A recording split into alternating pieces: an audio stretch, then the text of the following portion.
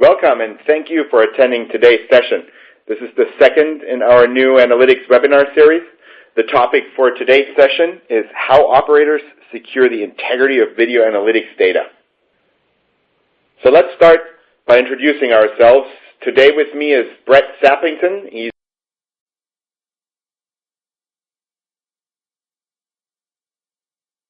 the Senior Director of Research from Parks Associates. Hey, Brett. Hey there, Sebastian. How are you today?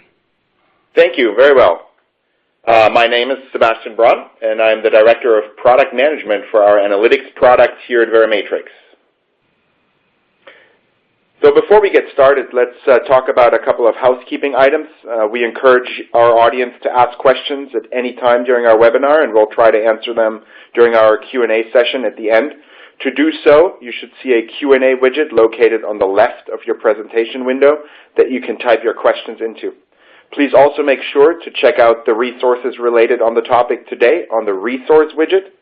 And then finally, we will be presenting a survey at the end of the session that we encourage you to answer, and we will use that feedback to further improve the webinars and presentations that we deliver to you in the future. Now with that said, let me hand it over to Brett. Thanks, Sebastian, and thank you all for being here today. This is a topic that we're really excited to talk about. Here at Parks Associates, we study the video services markets worldwide, and so we keep up with what's going on with pay TV, over-the-top video, online video, across different markets. And one of the things that we've seen, as everyone has seen, is the massive explosion in video consumption and services worldwide. And as we've studied this area, we begin to ask ourselves some questions about all of this data traffic. Video data is the number one. Video is the number one source of data worldwide, and so with each of those streams of video, there's other data that's being collected about each of us in terms of what we watch, how we watch, what our preferences are. And as part of that, we began wondering, well, what's going on with this data? How is all of that personal data being collected? How is it being stored? Is it being protected? And ultimately, how is it being used? So we turned to our friends at Verimatrix and we asked them to give us some insight into how all of this was protected. And they gave us some great information, helped us understand the technology side of protecting content, protecting analytics. And as part of that discussion, we decided to undertake a project to go visit with operators worldwide, to interview them about those very questions. How are you making decisions about data? How are you making decisions about protection of personal data? Who is making those decisions?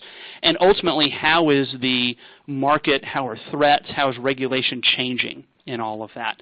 So what I want to talk about over the next few slides are some of the things that we discovered as part of that project.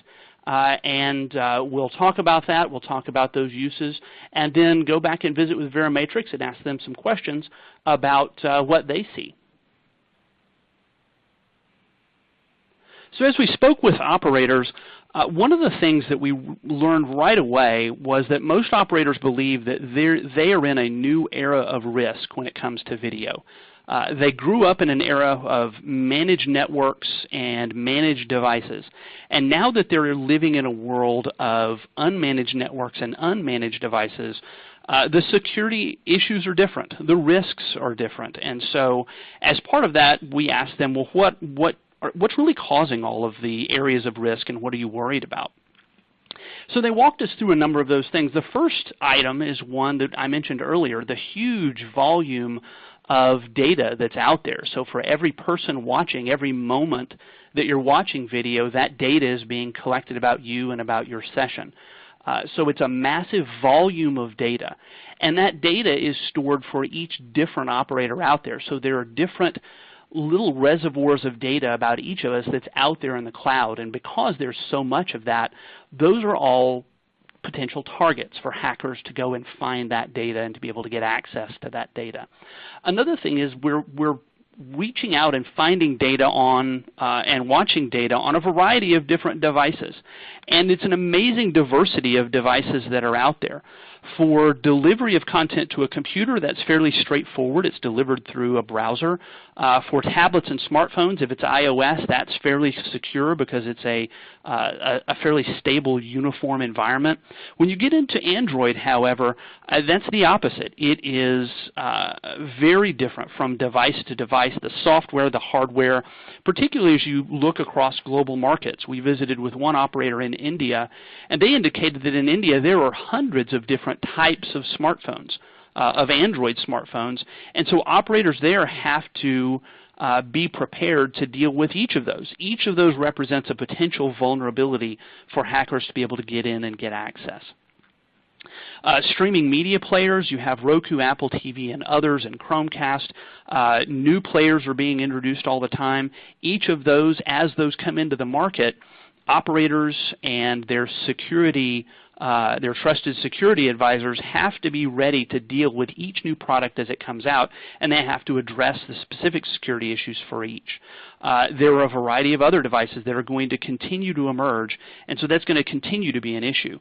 There's also ubiquitous connectivity. So we watch these devices, and the devices connect over a variety of different networks: mobile networks, Wi-Fi networks, Bluetooth.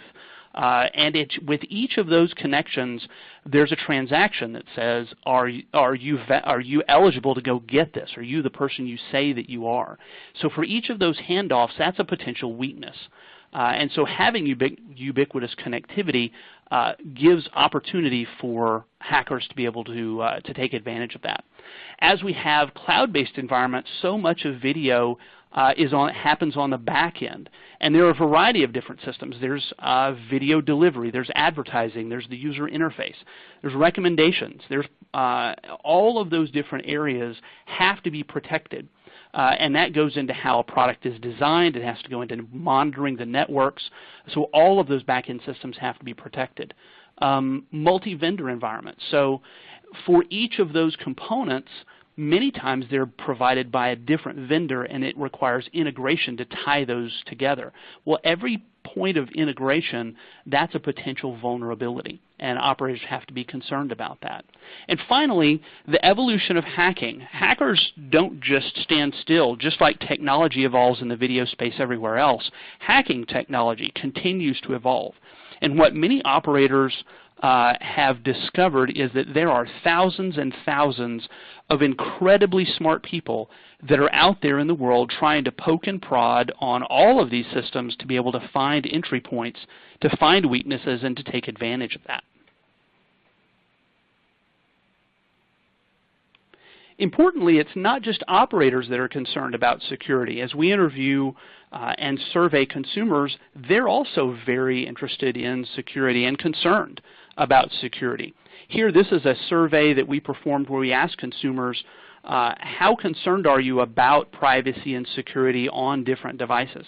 You can see here that the majority of, for those who are concerned, computers and tablets and smartphones are the devices of greatest concerns.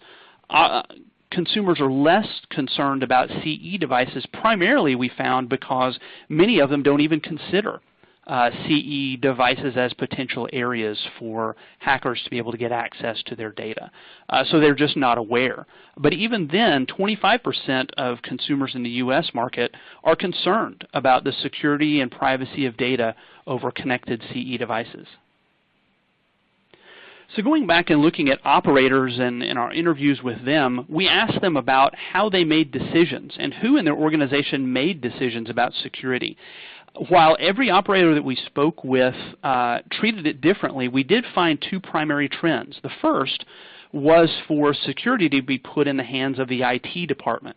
So really it became a new priority for the CIO. Now the CIO typically is dealing with the enterprise side of the operator's business. So for everyone that's in marketing and operations, it's how they deal with their passwords and their servers and everything like that. That's traditionally the security they've dealt with, and now they're having to deal with security in the video space related to the video content, which is new for many of them.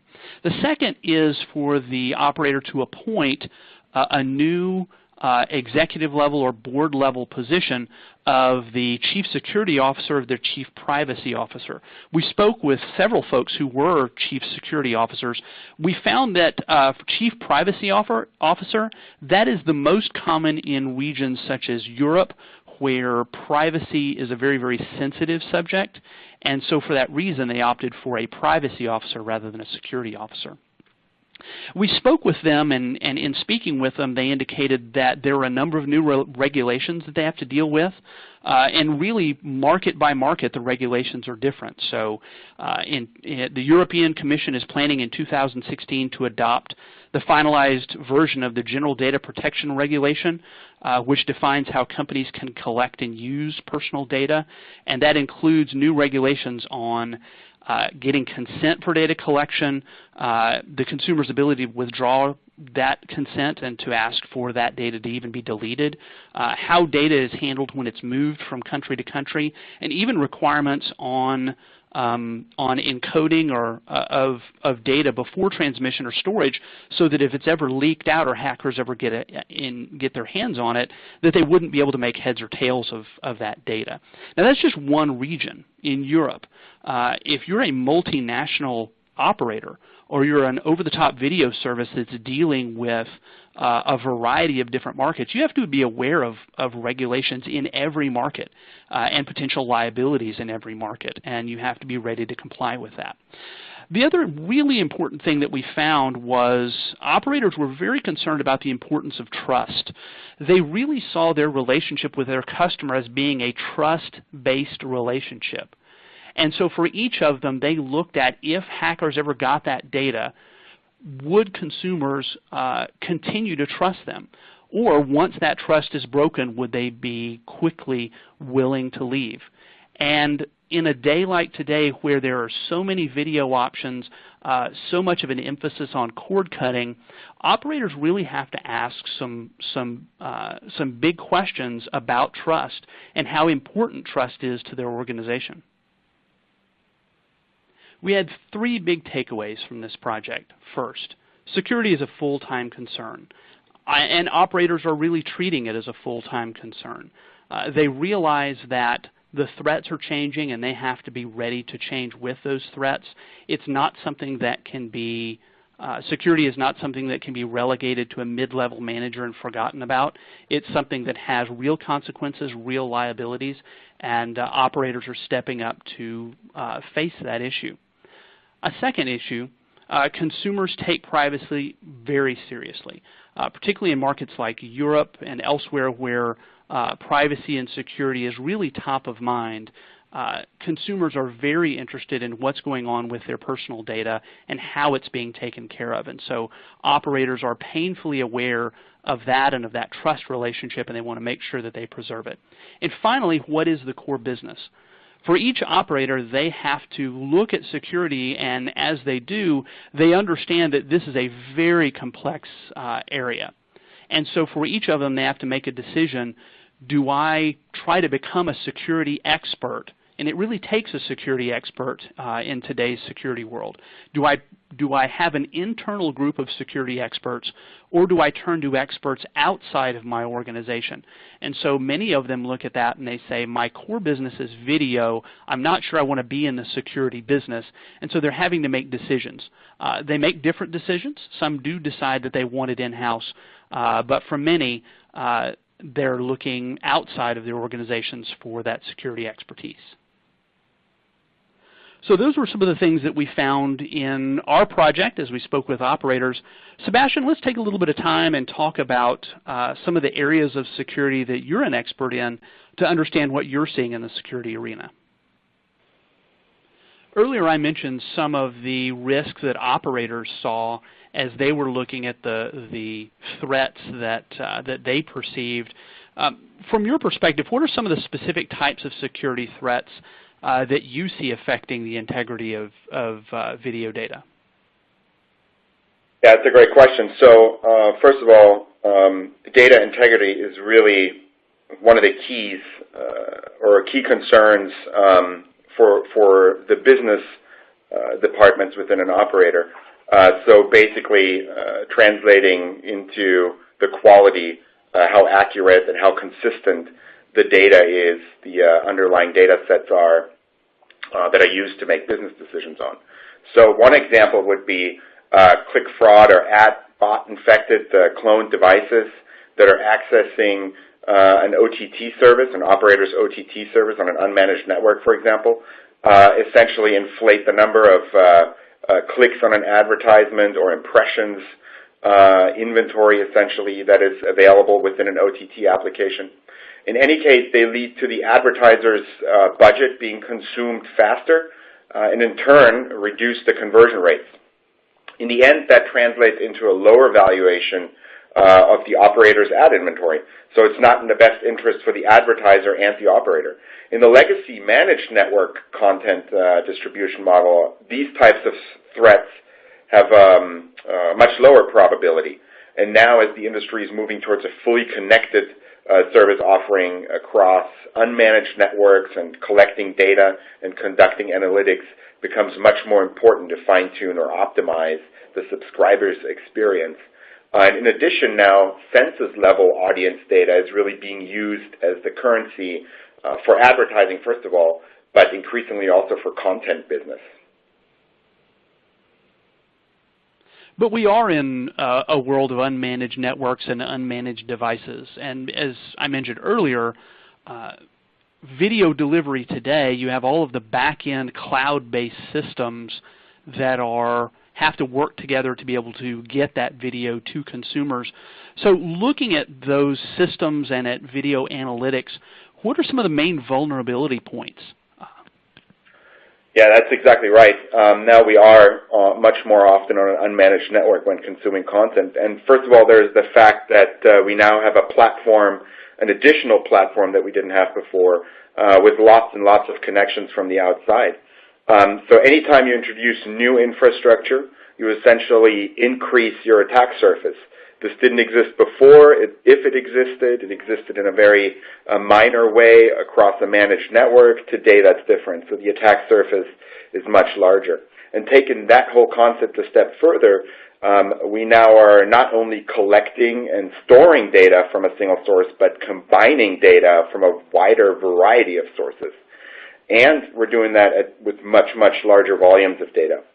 So now there's also the added complexity of who gets to access what view into the data within the organization. And this is an area where security and entitlements morph, and the challenge is controlling and credentialing the access and effectively managing the sharing of particular views and their entitlements of the data set itself.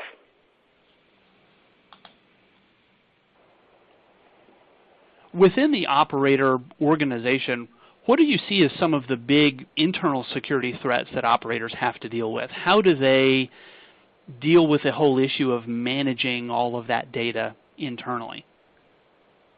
Yeah, so this is actually one of the most intricate and interesting parts. So within many operator organizations that we've talked to, data already exists in all sorts of siloed storage backends and in a variety of collection mechanisms that move data from devices or other head-end subsystems into disparate storage places. And by the way, a lot of these collection mechanisms are actually using pretty basic protocols like HTTP or HTTPS to transmit that data.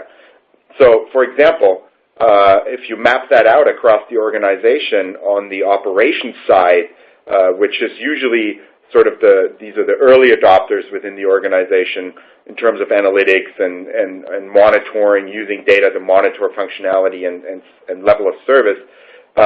So, monitoring and QoS type use cases are covered functionally.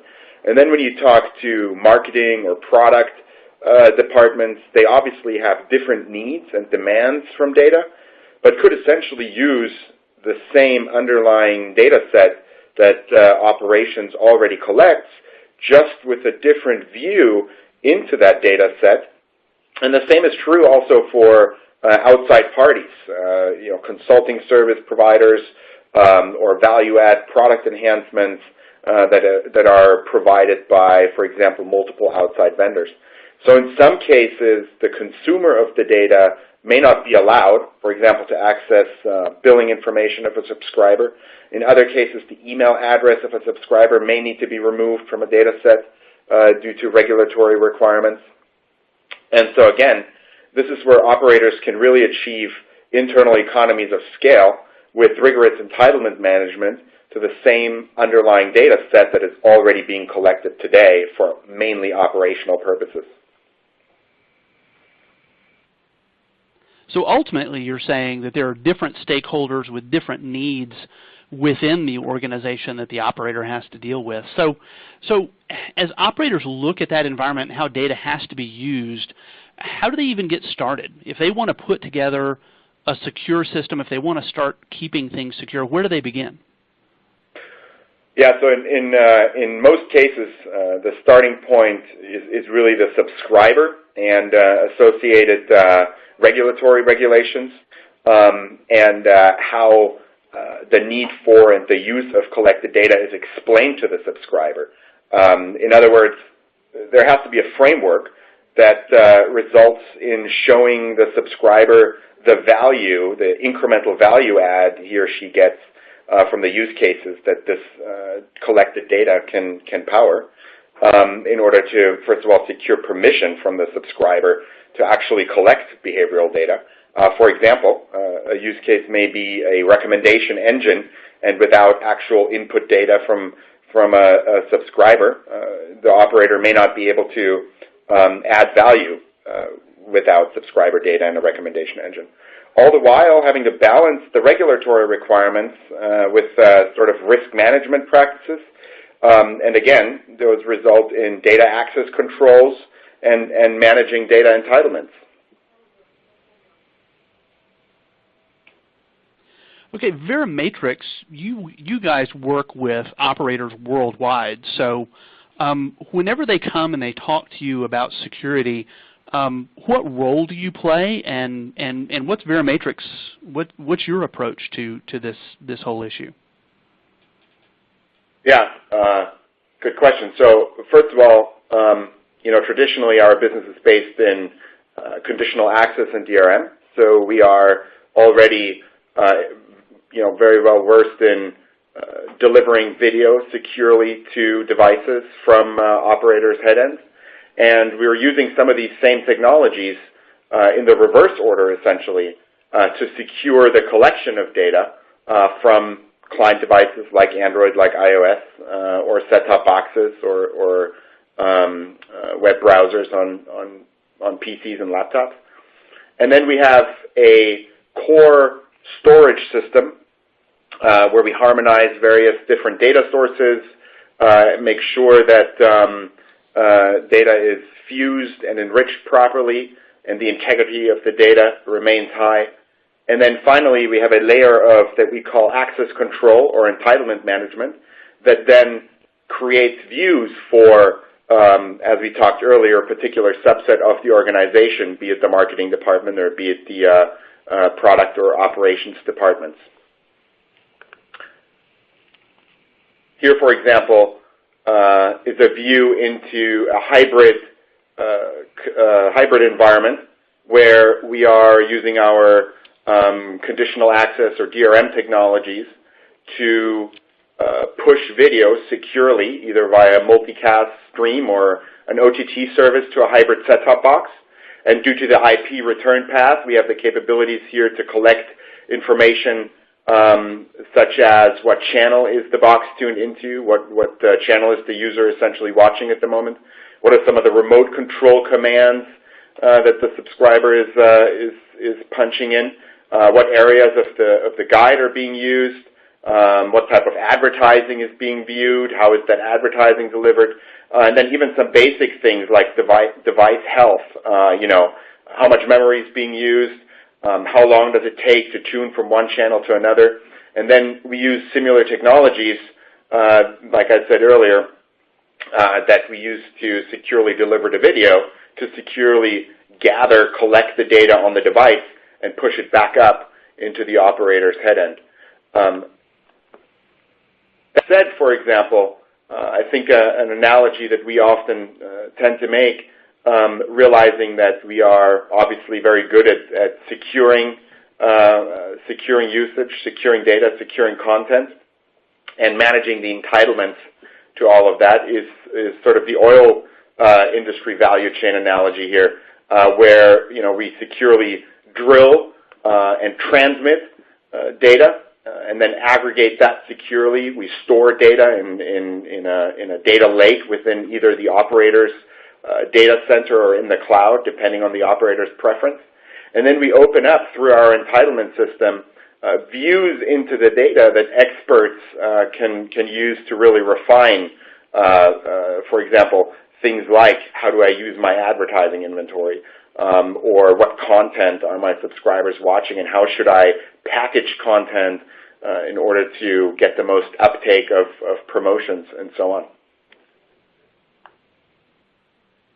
That's a really great analogy. It really speaks to something that I discussed early on in the webcast, and that is as operators consider how they deal with the technology side of security, they have to make decisions as to, do I handle security internally with internal staff, internal tools, technologies that I've developed myself, or do I look outside of the organization in order to find experts there who can address my needs. For some, they definitely look at internal development. I know that as we talk to operators, a number, particularly in Europe's Nordic regions, and some of the big Tier 1 operators, they do have some expertise in-house, and so there are definitely some advantages to internal development of security capabilities. First of all, an internal approach gives the operator much greater control over security operations. And some of them, they really want that level of control. They want it all under their roof, and they want to be able to have someone on their staff who they can go down to their office and talk to them about security issues. They're able to set priorities, so they don't have where a vendor may have priorities across a number of customers. If you control the staff, you can set the priorities wherever you want. The operator has an ability to use innovation as a new revenue source. Some of those Nordic operators that I mentioned actually launch their own security solution services that they now offer in the marketplace, and so they do have the ability to potentially generate revenue. Now, there are downsides. One of the biggest is that, as I mentioned earlier, security never stands still. Hackers never stand still. It's an ongoing evolution, which means that once an operator decides to get in the security business, they can really never get back out again. They have to remain experts, remain on the forefront, and that requires time, staff, and budget to be able to do that. Another important thing is the scale and speed of the threat. Many operators, whenever they try to staff internally and keep up with security, what they find is that there are so many hackers coming at them from so many angles that it's very difficult for them to keep up with the sheer volume and scale of the threats. And they have to be able to be on top of every possible threat, and so they're coming very quickly. So there's a lot of speed involved in making sure that you're out in front of those threats and handling that. So Sebastian, as you look at operators and how they deal with things internally, are you seeing the same thing? Yeah, I think it's a great summary for internal teams developing analytics capabilities. Specifically, as I mentioned earlier, I think where we're seeing the most progress is already in the operations side around quality of service and monitoring type of data collection, and security is now beginning to really play a major role in those areas for internal departments as well. Great. Well, while many do look at internal development, probably a larger number look to external sources for expertise and products related to security. There are some advantages here as well. First of all, when you go find an expert, you go find someone who's been in the industry for a while. They have They have specific expertise around security. That's all they do every day, all the time, and so you're able to go really get security-specific expertise that has been built up over time. Another advantage is a different focus for capital expenditure. Rather than you spending your own budget on security, operators are able to use it to be able to fund capital expenditure on their network, on video services, on video equipment, on a number of other areas that can enhance the video services and make them more competitive. A third issue is the ability to adapt to emerging threats. So if a new type of threat comes up, you can go find expertise outside of your organization that is prepared to address that threat. Whereas if you had relied on your internal people and it's a new threat, they really have to start from ground zero in learning about that threat. So there are some real advantages in terms of being able to rely on the expertise that has been built up outside of the organization across hundreds or even thousands of security experts that are moving the industry forward regularly. The primary disadvantage is that if you look to others for external security and development from outside, that means there has to be a lot of trust there. You have to rely on third parties to be able to protect critical functions for your organization, and that's no small issue. You have to have someone you really do trust to be able to keep your customers secure and to make sure that you don't have any encounter any unnecessary liabilities. Sebastian, what do you think about that area? Yeah, I think that's similar to what we've learned on the conditional access and the DRM side. We've obviously spent many years in that space on video delivery. We have lots and lots of experience and expertise in the space, and we're now heavily investing and focusing on using those learnings from that space and applying them to data collection, data storage, and the analytics space in general, and securing and mitigating sort of the regulatory risk on that side as we have on the video delivery side for the last decade and a half. Now there is a third option. And in the third option, I call it a mixed model. In this model, the operator does create an internal staff, an internal team that does focus on security, and they rely on outside vendors to supply the technology that then that internal staff uses and leverages. We are seeing a number of operators, particularly the big Tier 1 operators, are using this model. It gives them some advantages in a couple of ways. First of all, if ever there is a priority and the CEO says, I need this to be the priority today, tomorrow, and next week, that can be set. And so the internal team can focus on that. So there's control over that and some internal expertise to understand not only the issue, but then to be able to communicate within the organization the importance and relevance and applicability of that particular issue within the organization. There's also the fact that you can take advantage of the scale outside of your organization for all of the experts that have years of experience. You can really leverage that but still have some internal capabilities. There are some downsides to this as well, as there are to so many things in life. You still have to rely on trusted vendors. You have to find someone who you trust to be able to handle those technology issues and who you trust with critical functions. And it still requires you to spend money, capital expenditure, operational expenditure, to be able to staff a team to be able to do that. But we do see a lot of operators move in this direction because they really like to have some internal capabilities and control while they rely on experts outside.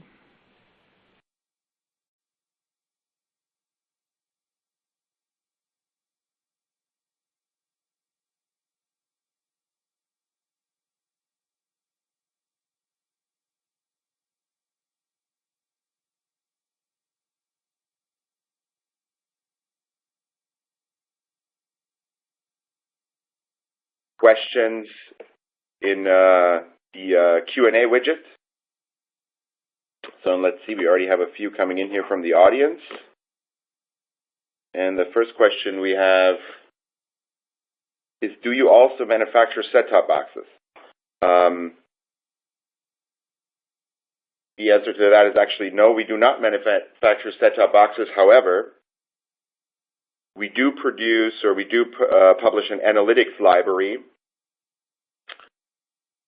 for set-top boxes, iOS devices, Android devices, and so on. So set-top boxes are also a part of that, and that lets you collect some basic device health information, heartbeat information, as well as about 300 different events that can either occur in the UI or are relevant to quality of service, quality of experience, and so on.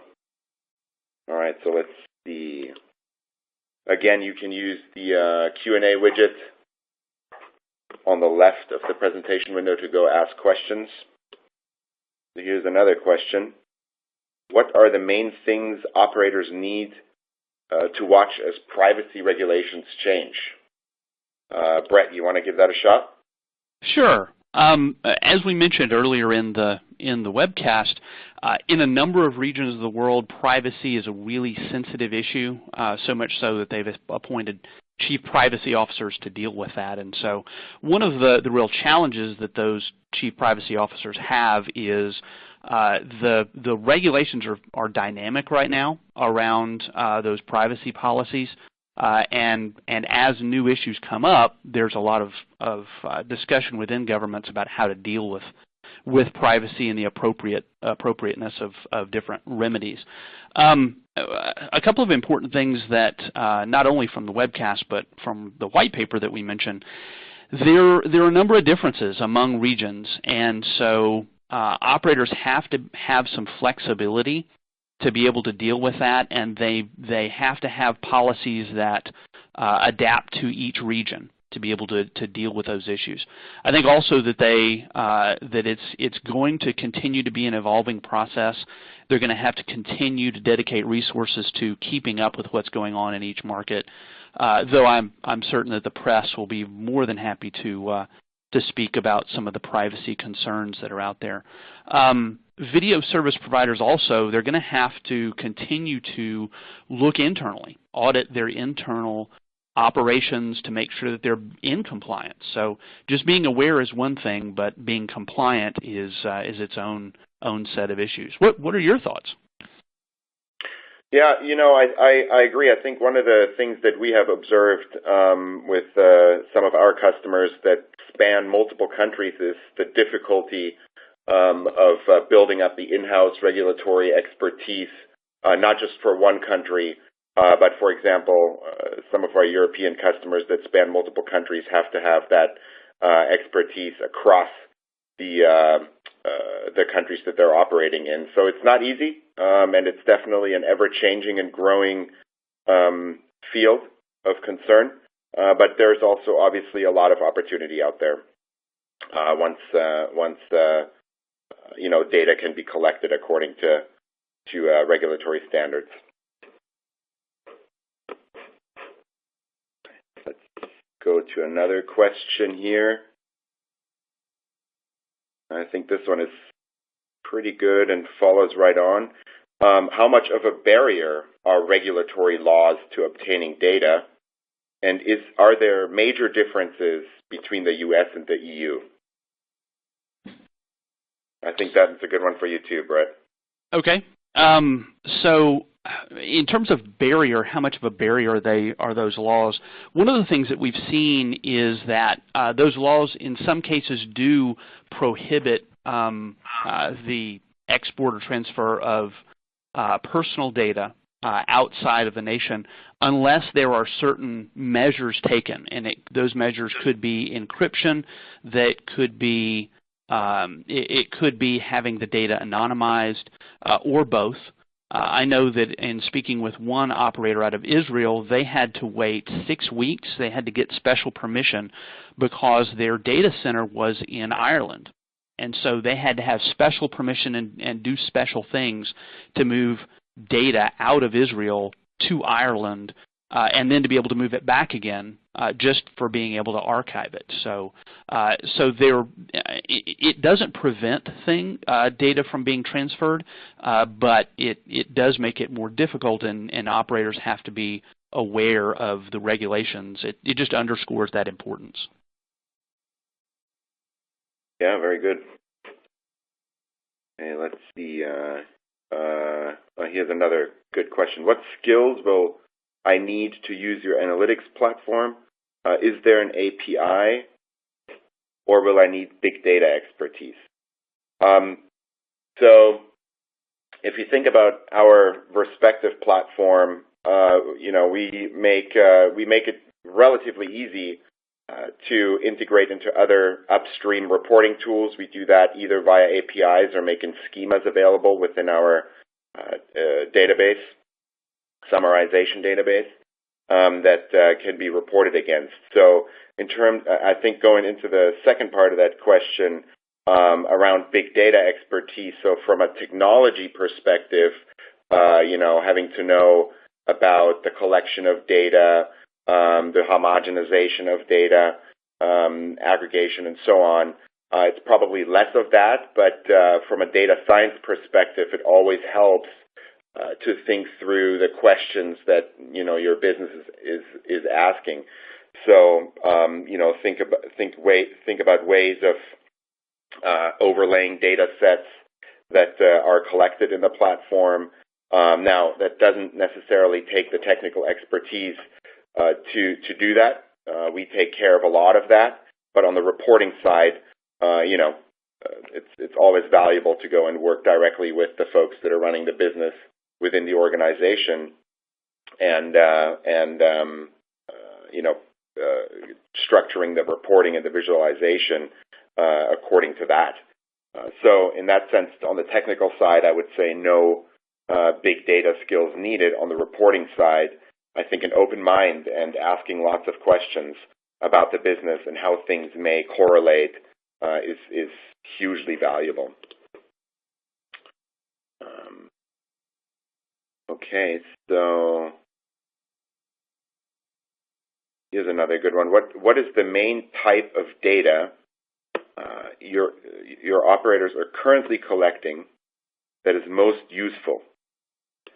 So I would start by saying that we're seeing a lot of operators out there, obviously very advanced in the operational collection of data, that is QoS or QoE, really understanding what's the quality of the video that's delivered, what are the network, how can I optimize my network for delivery? So that type of data, I think, is very predominantly collected through all major operators. Now, again, I think the beauty of having Brett here is really the underlying data set that we have been collecting on the operational side to do things like QoS and video quality analysis and delivery analysis is really also the underlying data set to do some of the audience measurement, subscriber intelligence type analysis that a marketing department or a product department or a user experience department of a connected type of discovery experience would use to optimize their marketing collateral or their packaging or their UIs even.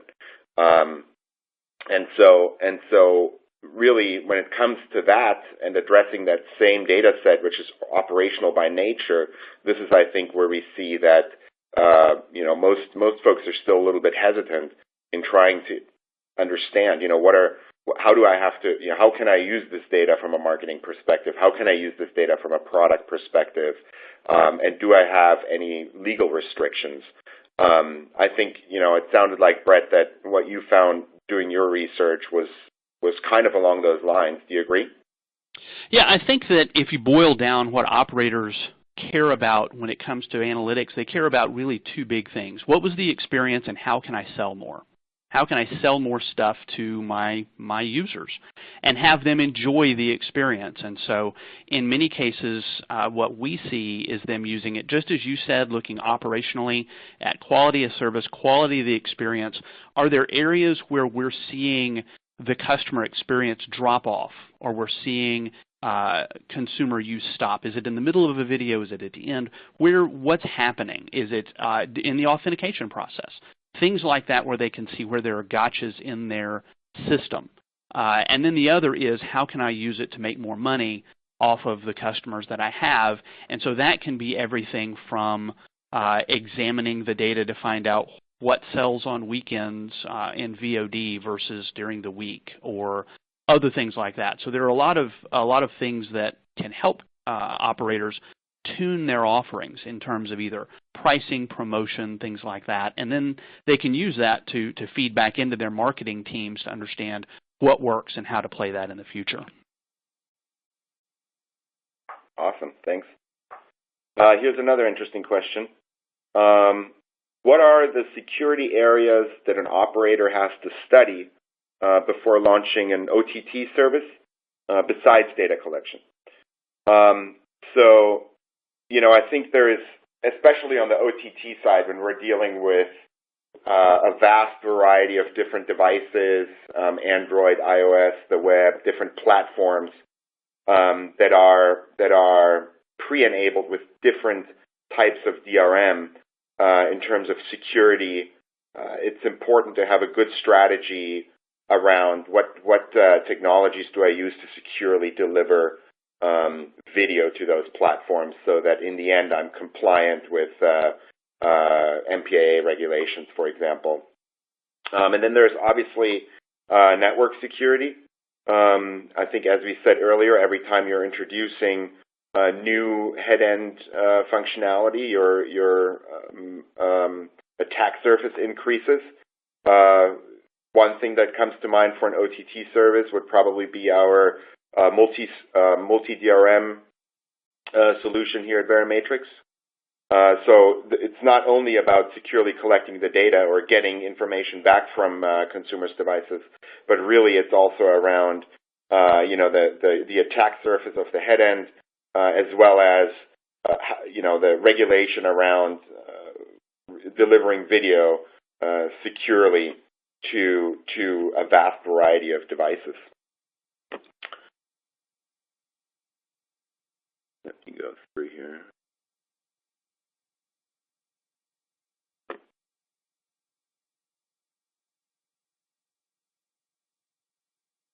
Okay, here's another question. Do you use open standards such as SSL, or do you use proprietary technology for securing analytics data? So it really depends. I think this is a great question. It really depends on the type of device. So we use more than basic SSL or HTTPS. We use some mutual authentication mechanisms. They allow us to detect things like cloned devices. They help us to ensure higher integrity of the data set that we collect, so that we can say, only one device or only one certificate has been able to relay data back to us. Now, that's sort of the most basic standard, I would say, that we're using. Depending on the type of device, so for example, on a set-top box, where we can have access to the trusted execution environment on the chip level, we can actually use that to not only encrypt the return path for the data, but also actually encrypt the data itself. And in some cases, there are some proprietary technologies that we're using. Hopefully that answers that question here.